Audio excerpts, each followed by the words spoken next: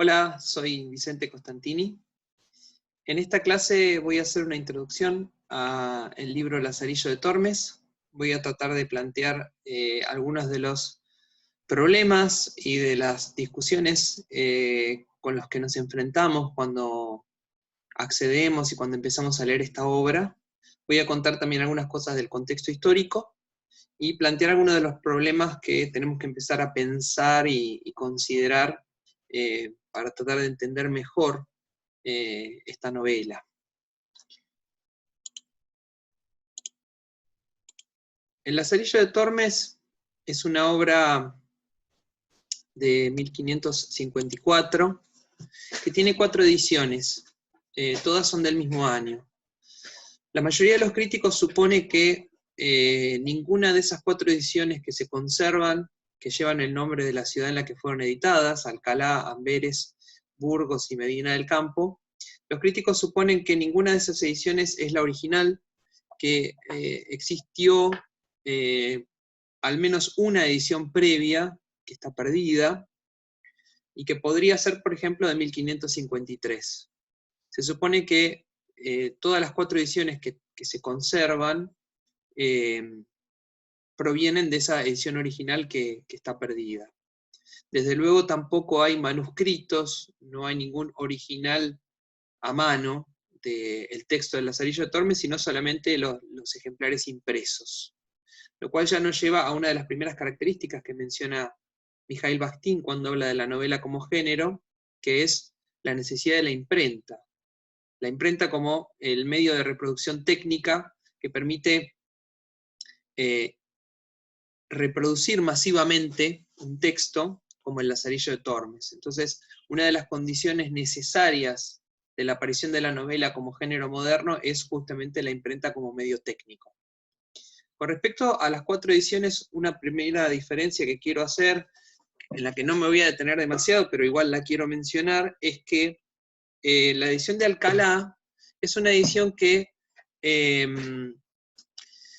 incluye interpolaciones. ¿Qué significa esto? Las interpolaciones son agregados que probablemente no provienen del autor de la obra, sino del editor de la obra. Es decir, el que hizo la edición del Lazarillo de Tormes probablemente como estrategia de venta le agregó cosas que no tenía la original para decir que era una segunda edición que tenía cosas nuevas. Era como una especie de estrategia de marketing.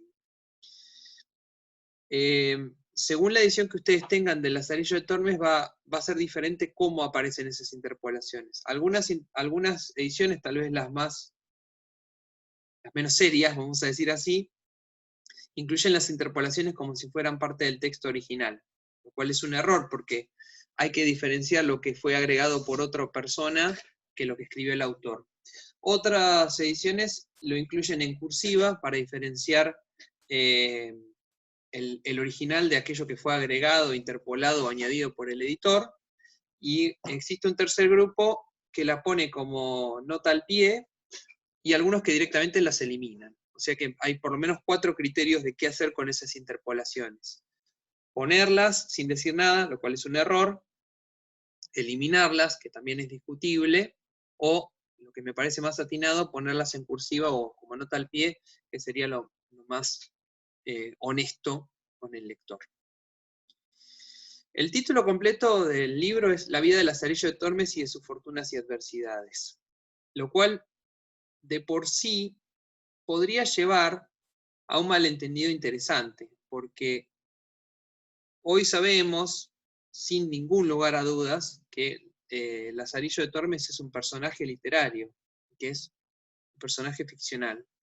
Pero lo que podemos llegar a pensar es que tal vez en la época en la que se publica el Lazarillo de Tormes, y sobre todo porque no existía o recién estaba comenzando de manera incipiente el concepto de lo que hoy llamamos la ficción, legítimamente podía llegar a haber gente que leyera el Lazarillo de Tormes como la vida real de una persona real, es decir, como una autobiografía verídica, realista, verosímil, auténtica.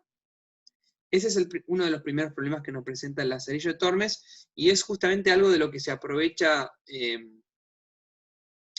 Daniel Defoe para escribir Las aventuras de Robinson Crusoe, que es un libro que también presenta un relato autobiográfico de un personaje ficcional.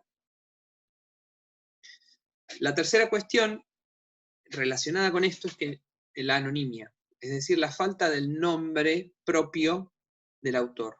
No sabemos quién es el autor del Lazarillo de Tormes.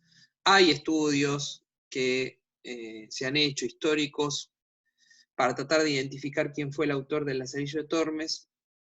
No importa tanto, en realidad, quién es el autor del Lazarillo de Tormes, y en lo que sí me quiero detener es cuál es la razón por la que el Lazarillo de Tormes es anónimo. La razón por la que el Lazarillo de Tormes es anónimo es totalmente distinta que la razón por la que, por ejemplo, el Cantar de Mio Cid es anónimo. En el caso del Cantar de Mio Cid, podemos suponer que hay una composición colectiva, es decir, que no es en realidad obra de una persona, sino que es una obra colectiva que se fue creando a lo largo del tiempo gracias a la oralidad y la forma en la que se transmitían los poemas épicos en la literatura española medieval. Muy distinto es el caso de una novela escrita y publicada por escrita por una sola persona y publicada en forma de libro. Es evidente cuando uno lee el Lazarillo de Tormes que el autor no quería ser identificado por su nombre propio porque eso podía llegar a ponerlo en riesgo. El contenido del Lazarillo de Tormes tiene elementos transgresores suficientes para poner en riesgo, tal vez, la vida de quien lo escribió. Por esa razón, la anonimia es algo totalmente voluntario, es algo totalmente deliberado en el Lazarillo de Tormes. Y esto me lleva al cuarto punto, que es la censura. El Lazarillo de Tormes se publica en una época en la cual, en España, la España del Renacimiento, existía un aparato estatal de censura muy fuerte que controlaba qué cosas se publicaban, qué cosas se podían decir y qué cosas no se podían decir.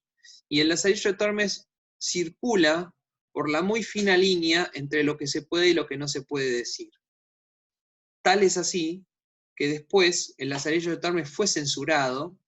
Primero fue publicado con una versión, lo que se llamaba en esa época castigada, que significa con partes que fueron eliminadas, que fueron censuradas por la autoridad española, fundamentalmente la Inquisición, y después directamente fue incluido en el índice de libros prohibidos. Es decir, que durante mucho tiempo lo que hoy llamamos Lazarillo de Tormes era un libro que no se podía leer, era un libro al que no se podía acceder. Y este punto es un punto sumamente importante, la diferencia entre lo que fue publicado originalmente y la versión censurada también nos indica qué cosas no quería el gobierno español y la corona española que se dijera o que se leyera en esa época. Nos dice mucho, la censura dice mucho acerca del censor, dice mucho acerca de quien prohíbe. Cuando vos prohibís algo, estás diciendo mucho acerca de lo que vos pensás ideológicamente, porque estás diciendo qué cosas yo no quiero que circulen desde mi lugar de autoridad. Bueno, tomo un mate para poder continuar. El prólogo de El Lazarillo de Tormes empieza diciendo: yo por bien tengo que cosas tan señaladas y por ventura nunca oídas ni vistas, vengan a noticia de muchos y no se entierren en la sepultura del olvido, pues podría ser que alguno que las lea halle algo que le agrade, y a los que no andaren tanto los deleite. Y a este propósito dice Plinio que no hay libro, por malo que sea, que no tenga alguna cosa buena. Este es el comienzo del prólogo del Lazarillo de Tormes. El prólogo fue escrito, podemos suponer, con toda legitimidad, por el mismo autor que escribe el resto del Lazarillo de Tormes. En general, el prólogo de cualquier texto funciona, por eso acá puse las preguntas, ¿quién habla aquí y a quién le habla? Casi siempre los prólogos son paratextos. ¿Qué es un paratexto? Es algo que está rodeando, digamos, al texto principal, que en este caso serían los capítulos de la novela, que lo integra, pero lo integra lateralmente, y que muchas veces es leído de manera diferente de cómo se lee la novela o el texto principal. Casi siempre los paratextos, sea prólogo, sea un epílogo, ocasionalmente tal vez una nota al pie, bueno, hay un largo etcétera, funcionan de manera distinta a lo que es el texto principal, sobre todo cuando hablamos de ficción.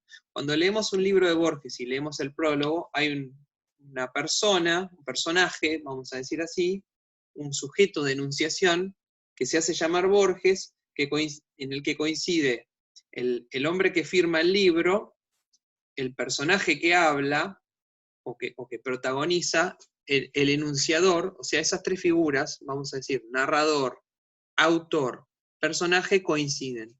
Los prólogos son en general textos autobiográficos. Son textos que... los prólogos son textos en los cuales coinciden esas tres instancias. Y en general uno supone que en el prólogo el autor está hablándole al lector de manera directa. Sin embargo, lo que vamos a ver es que el prólogo del Lazarillo de Tormes, que parece seguir esa convención, como la siguen muchos otros prólogos contemporáneos de libros parecidos a este, quiebra esa convención y hacia el final del mismo prólogo, o sea, del mismo texto, se mete ya en el ámbito de lo que sería la ficción, perdón. Entonces, hay algo extraño y hay algo que pone al Lazarillo de Tormes en un lugar único y bastante incómodo, que es aquello que empieza como un paratexto que parece ser no ficcional, se mete al final propiamente en lo que sería la ficción del contenido de la novela, o sea, la ficción del texto. Vamos a ver ahora por qué. Si nosotros vamos al final del prólogo del Lazarillo de Tormes, hay una cita larga que dice: «Suplico a vuestra merced reciba el pobre servicio de mano de quien lo hiciera más rico si su poder y deseo se conformaran. Y pues vuestra merced escribe se le escriba y relate el caso muy por extenso, parecióme no tomarle por el medio, sino del principio, porque se tenga entera noticia de mi persona, y también porque consideren los que heredaron nobles estados cuán poco se les debe, pues fortuna fue con ellos parcial, y cuánto más hicieron los que siéndoles contraria, con fuerza y maña remando salieron a buen puerto». Acá hay varias cosas a tener en mente. La primera, ahora ya no es un personaje llamado autor que le escribe a un personaje y que se comunica con un personaje llamado lector, que coinciden además con los sujetos de enunciación reales. Acá hay una distancia entre la situación de enunciación real, que es autor hablándole al lector, y se parece más a la situación de enunciación de la ficción, que es un personaje hablándole a otro. Imaginemos un poema de amor, el enamorado le habla a la persona que ama, imaginemos una carta, una persona le escribe una carta a otra. Esas son otras situaciones de enunciación que pueden aparecer en la ficción. Aparece una figura a la que vamos a llamar destinatario o narratario, que es esta persona llamada vuestra merced. Vuestra merced es un título de respeto, indica una diferencia jerárquica, una asimetría entre quien habla y la persona a la que le están hablando. Es como decir hoy en día su señoría, como decirle al Papa su santidad, como decir su excelencia, incluso como decir señor, pero un poco más que señor. Es decir, vuestra merced es un título, digamos, que indica una autoridad y que indica que la persona que está hablando le debe respeto a quien está escuchando el texto. Entonces, esto ya supone que hay alguien que está escuchando, o más bien leyendo, recibiendo, siendo el receptor, el destinatario, de aquello que se está escribiendo. Dice entonces el personaje del prólogo: «Suplico a vuestra merced reciba el pobre servicio de mano de quien lo hiciera más rico si su poder y deseo se conformaran. Y pues vuestra merced se le escriba y relate el caso muy por extenso». Acá ya se da un indicio de lo que va a venir después en la novela. ¿Por qué? Porque hay un personaje, que es este tal vuestra merced, que escribió una carta que nunca vamos a leer, o un texto que nunca vamos a leer, en el que le pedía al narrador, que va a ser Lázaro, o Lazarillo, que le escriba y que le relate el caso. Entonces, hay un primer texto que no tenemos, al que no tenemos acceso, que es: ¿qué es lo que le pide exactamente ese tal vuestra merced a Lázaro? ¿Por qué le está pidiendo que escriba? ¿De qué tiene que dar cuenta Lázaro? Y acá Lázaro, de algún modo, rompe con la expectativa de lo que se le pide, porque no va a contar solamente lo que va a llamar el caso, que es una palabra que va a reaparecer al final del libro, sino que dice: no, yo no te voy a contar solamente el caso, sino que te voy a contar toda mi vida, desde el principio, para que tengas entera noticia de mi persona, y también para que te des cuenta por qué yo, que nací pobre, con fuerza y maña salí remando, y a mí la fortuna no me sufrió desde el principio. Entonces, ese, digamos, sería como el origen que da lugar a el texto o al relato en el Lazarillo de Tormes. Lázaro, el personaje de la novela, va a tener que contarle a este tal vuestra merced toda su vida por decisión propia. En lugar de hablarle del caso, que es lo que le piden que haga, va a contar toda su vida. Ahí tenemos el origen de lo que sería el relato autobiográfico, la narración autobiográfica que hace Lázaro. Siguiendo entonces, vemos entonces que dentro del mismo prólogo hay una diferencia entre lo que parece ser al comienzo y lo que termina siendo después. Lo que parece ser simplemente el autor hablándole al lector, termina siendo una situación de enunciación ficcional. Un personaje llamado Lázaro, Lazarillo, Lázaro de Tormes, hablándole a un tal vuestra merced que va a ser el destinatario o el narratario. Si vamos al principio, vamos a ver que lo que va a hacer Lázaro durante todo el libro es contar su vida en orden cronológico, desde su nacimiento hasta el momento actual de enunciación en el que está contando la historia. Pues sepa vuestra merced, ante todas cosas, que a mí llaman Lázaro de Tormes, hijo de Tomé González y de Antona Pérez, naturales de Tejares, aldea de Salamanca. Mi nacimiento fue dentro del río Tormes, por la cual causa tomé el sobrenombre, y fue de esta manera. Mi padre, que Dios perdone, tenía cargo de proveer una molienda de una aceña que está a ribera de aquel río, en la cual fui molinero más de 15 años, y estando mi madre una noche en la aceña, preñada de mí, tomóle el parto y parióme allí, de manera que con verdad me puedo decir nacido en el río. Vamos a ver más adelante, probablemente en otro video, que existen muchos elementos simbólicos en el Lazarillo de Tormes. Por empezar, el tema del nombre. Lázaro es un nombre que tiene resonancias bíblicas. Hay dos Lázaros en la Biblia, tal vez el más famoso es el Lázaro que Jesús resucita. Lazarillo también es un término que se convirtió en sinónimo de aquel que guía al ciego, lo cual va a ser muy relevante porque el primer amo de Lázaro es un ciego. Entonces ahí hay y además Lazarillo es un diminutivo en España, lo que acá sería Lazarito, digamos, o Juancito. Entonces, ya de por sí el nombre es polisémico, tiene muchos significados. Y además de eso, vemos que es hijo de Tomé González y de Antona Pérez, o sea, en realidad le correspondería llamarse Lázaro González. Sin embargo, él no lleva ese nombre, lleva el nombre de Lázaro de Tormes, porque nació dentro del río Tormes. Eso indica, ya desde el comienzo, una especie de situación de orfandad incipiente o adelanta lo que va a ser su futura orfandad. Lázaro en realidad va a estar solo, va a quedar abandonado primero por su padre y después por su madre. Esa es una de las condiciones con las cuales arranca la novela picaresca, que es una novela episódica, una novela que tiene una serie de peripecias y que fundamentalmente va cambiando de un amo a otro. Vamos a ver eso a lo largo de todos los tratados narrados por Lázaro, y en la cual una de las condiciones que hacen que el narrador se lance, digamos, a esta especie de aventura de pasar de un amo a otro, es justamente el hecho de que es huérfano, de que no tiene una familia que lo cuide. Entonces, es importante para el desarrollo narrativo de la novela que Lázaro sea huérfano, que Lázaro no tenga una familia y que tenga que pasar de un amo a otro. Por esa razón también vamos a ver que el ciego, que es el primer amo de Lázaro, asume un rol muy paternal, funciona como una figura paterna para Lázaro. Pero eso lo voy a dejar para más adelante. Lo primero que tendríamos que discutir cuando hablamos del Lazarillo de Tormes es si esta es una autobiografía o si es una ficción. Leído hoy, sin duda, leemos el Lazarillo de Tormes como una ficción, como una novela que finge ser una autobiografía, pero que en realidad es simplemente una ficción. Es decir, no es una autobiografía auténtica, sino que es una autobiografía ficcional, o una novela autobiográfica. Hay un autor francés que se llama Philippe Lejeune, que tiene un ensayo muy conocido llamado El Pacto Autobiográfico, donde da una definición acerca de la autobiografía. Lejeune dice que una autobiografía es un relato retrospectivo en prosa que una persona real hace de su propia existencia, en tanto que pone el acento sobre su vida individual, en particular sobre la historia de su personalidad.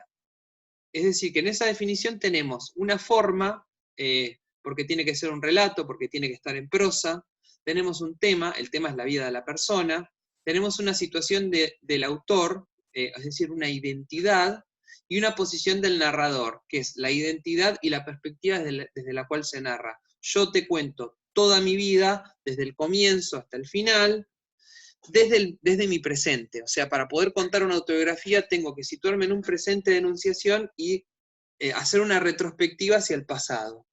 No significa que te la voy a contar siempre en orden cronológico. Hay autobiografías que no siguen esa premisa, que tal vez son fragmentarias o son desordenadas.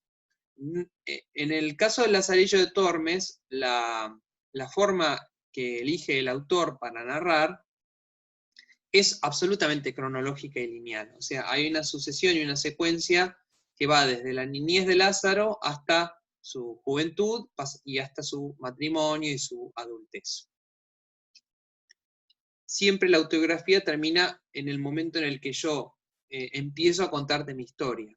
Es decir, que lo que sería el final de la enunciación corresponde con el final en el que yo estoy terminando de narrar, corresponde con el momento que me llevó hasta acá. Yo entonces te cuento toda mi historia hasta el momento en que te empecé a contar mi historia. Así sería. Para Philippe Lejeune, la autobiografía exige que la identidad del autor, del narrador y del personaje coincidan, y que eso esté avalado por la inscripción de un nombre propio. Entonces, supongamos, para tomar una de las autobiografías más famosas, Las Confesiones de Rousseau, tenemos un autor que se llama Rousseau, tenemos un narrador, que también es Rousseau, y el personaje que lo protagoniza también es Rousseau. Lo mismo con Las Confesiones de San Agustín, y así con, digamos, prácticamente todas las autobiografías que existen. Este es como el pacto que le propone la autobiografía al lector. No estamos hablando acá ni de forma ni de contenido, es decir, no importa en realidad qué dice adentro la autobiografía, de lo que se trata es de un pacto que le propone el texto al lector, o sea que acá hay una cuestión que tiene que ver con la recepción del texto, cómo circula el texto, cómo llega hasta mí y cómo elijo yo leerlo en función del pacto de lectura que ese texto me propone. Cuando, en un libro que se llama Teoría y Análisis del Texto Literario, una crítica que es argentina, pero que ha trabajado mucho en Europa y en Perú, en Europa y en Latinoamérica, que se llama Susana Reis de Rivarola, ella, siguiendo a un crítico alemán que se llama Rainer Barning, dice que el discurso ficcional, a diferencia de lo que veíamos en la autobiografía, tiene una simultaneidad contradictoria de dos situaciones. Y cada situación tiene su propio sistema deíctico, que era el problema justamente que trabajábamos recién en el prólogo del Lazarillo de Tormes. Por un lado, hay una situación interna, que sería la situación ficcional, supongamos Lázaro hablándole a vuestra merced, de enunciación con locutores y destinatarios que entra en conflicto con una situación externa de recepción, en la que el destinatario, el lector real, se ve privado de una relación directa con el locutor real, el autor. En otras palabras, ¿qué significa esta cita? Cuando yo leo el Lazarillo de Tormes, hay una situación de enunciación ficcional, interna, imaginaria, vamos a decir, que es Lázaro hablándole a vuestra merced, que es el narratario, es el que lee el testimonio de Lázaro. Por otro lado, eso borra o nos hace olvidar por un momento que existe una situación de enunciación real, que es un autor que escribió un texto para que lo leamos nosotros los lectores. Casi siempre la ficción trabaja un poco con esa doble, digamos, existencia. En inglés se llama double binding. Por acá tengo la cita. Doble conexión se traduce. Esa doble conexión justamente hace que la situación de enunciación ficcional imaginaria se superponga con lo que sería la situación de enunciación real, que va a ser siempre un autor que le habla a un lector, o a un grupo, un conjunto de lectores. Entonces, ¿de qué hablamos cuando hablamos de ficción? Bueno, no de una cuestión tanto de forma o de contenido, sino de un pacto de lectura, o sea, algo que tiene que ver con la recepción, cómo leo. Un acuerdo implícito entre el autor y el lector acerca de cómo voy a leer el texto que llegó a mis manos, o, en el contexto actual, a nuestras pantallas. El problema que tenemos con el Lazarillo de Tormes es que la anonimia, que sería la ausencia de una figura autoral, hay alguien que decidió no poner su nombre como autor, no poner nombre propio y no asumir la responsabilidad y la propiedad por lo escrito, intensifica el problema de cómo leer el Lazarillo de Tormes. ¿Por qué? Porque como dije al principio de esta exposición, probablemente los lectores del Lazarillo de Tormes encaraban el libro, o podían llegar a leer el libro, como si fuera efectivamente el relato autobiográfico de una persona llamada Lázaro. Hoy en día sabemos que eso no es así, y tenemos razones de sobra para pensar que en realidad Lázaro es una figura ficcional, y que el autor decidió no utilizar su nombre para no quedar pegado a una obra que potencialmente podía ponerlo en riesgo debido al aparato sensorial, el aparato inquisitorial de censura, el aparato estatal de censura que tenía en funcionamiento el gobierno o la corona española. Entonces, ¿cuál sería la razón por la cual hoy sostenemos prácticamente sin lugar a dudas que el Lazarillo de Tormes es una obra ficcional? Entre otras cosas, que no hay ninguna razón para creer que Lázaro, que un personaje como Lázaro podía acceder a la lectura y escritura en esa época. La lectura y escritura en esa época era algo elitista, era algo a lo que solo accedía la clase alta, y sabemos que en el Lazarillo de Tormes Lázaro está escribiendo, le está escribiendo a vuestra merced. Entonces podemos preguntarnos, ¿cómo hace Lázaro para aprender a leer y escribir? Ese es un problema que no está resuelto en la novela, y que de algún modo configura, vamos a decir, el pacto de lectura, o lo que el poeta inglés Coleridge llamaba la suspensión de la incredulidad. Yo tengo que suspender mi incredulidad para poder leer, porque si no, no puedo leer. Entonces tengo por un momento que creer que Lázaro pudo escribir su historia, aunque tal vez no sea del todo verosímil que un personaje como Lázaro en la época del siglo XVI español pudiera acceder y hacerlo. Lazarillo de Tormes es un libro que puede leerse como el origen de un montón de cosas. No voy a desarrollar todas ahora, pero puede leerse como el origen de la novela moderna occidental. Recordemos que es un poquito anterior a Don Quijote, que ha sido marcado por muchos críticos como la primera novela occidental. Lazarillo de Tormes lo precede, es un poco anterior al Quijote. También es el origen de lo que sería el género de la picaresca, un género que circuló muchísimo en la España del siglo de oro, y que incluso después tuvo como réplicas o reescrituras en muchos otros géneros y en muchas otras literaturas. Si pensamos, por ejemplo, en El juguete rabioso de Arlt, aunque difícilmente pueda ser considerado una novela picaresca, sí tiene algunos rasgos o algunos elementos de la picaresca española. Es decir, que fue un género que fue muy influyente incluso para lo que vino después. Piensen ustedes también en Las aventuras de Huckleberry Finn, por ejemplo. También es el comienzo o el origen de toda una serie de novelas a las que llamaremos novela de formación o novela de aprendizaje, y que en general utilizan un término alemán que es Bildungsroman. Roman, que quiere decir novela, y Bildungs, que quiere decir formación, aprendizaje. Hay un personaje que aprende algo a lo largo de la novela. Tal vez el ejemplo más conocido de esto es una novela de Goethe, que se llama Los años de aprendizaje de Wilhelm Meister. Ese sería como el ejemplo más prototípico. Uno podría pensar que El Lazarillo de Tormes, a su modo, es una novela de formación o una novela de aprendizaje. Lo que hay que ver es qué tipo de formación y qué tipo de aprendizaje. Y eso obviamente se emparenta con la picaresca. El Lazarillo de Tormes también presenta un nuevo tipo de realismo, de eso voy a hablar ahora, e incluso se puede leer como el origen del archivo hispanoamericano. Eso es lo que afirma Roberto González Echevarría, que es otro de los autores que vamos a trabajar para pensar en la novela como género. Entonces, para ir un minuto a esto del nuevo tipo de realismo, hay un crítico inglés que se llama Ian Watt, que tiene un libro que se llama El ascenso de la novela, The Rise of the Novel, donde analiza una serie de novelas del siglo XVII, de la novela inglesa, y marca una serie de características para hablar de un nuevo tipo de realismo, un nuevo tipo de representación realista en la novela inglesa del siglo XVII, que de algún modo ya estaban presentes y anunciadas en el Lazarillo en el siglo XVI.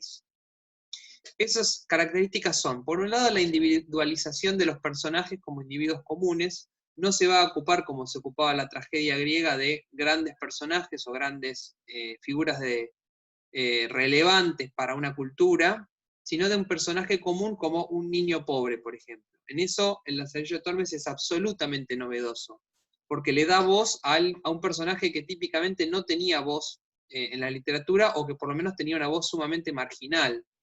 Y en este caso es el narrador y el protagonista de toda la novela. En eso es absolutamente novedoso el Lazarillo de Tormes, y es algo que incluso podemos pensar que funciona también en la gauchesca argentina, darle voz a los que no tienen voz.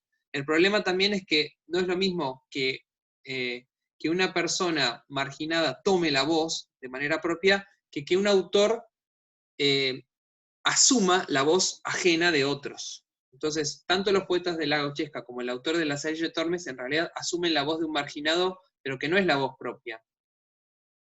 En segundo lugar, la descripción particularizada de ambientes y objetos, vamos a ver que está muy presente en el Lazarillo. La representación detallada y pormenorizada del tiempo y el espacio. Uno puede ir siguiendo a lo largo del Lazarillo de Tormes los desplazamientos físicos de Lázaro por distintas ciudades que tienen nombres muy concretos y referencias a elementos que existen.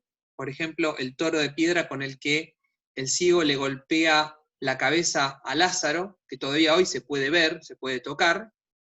También una representación verosímil del tiempo. Vemos que el tiempo en el Lazarillo de Tormes transcurre de una manera que es creíble y que es posible. Y por último, un lenguaje literario de estilo transparente, orientado hacia la prosa periodística, que otorga a los sucesos evocados un aire de autenticidad.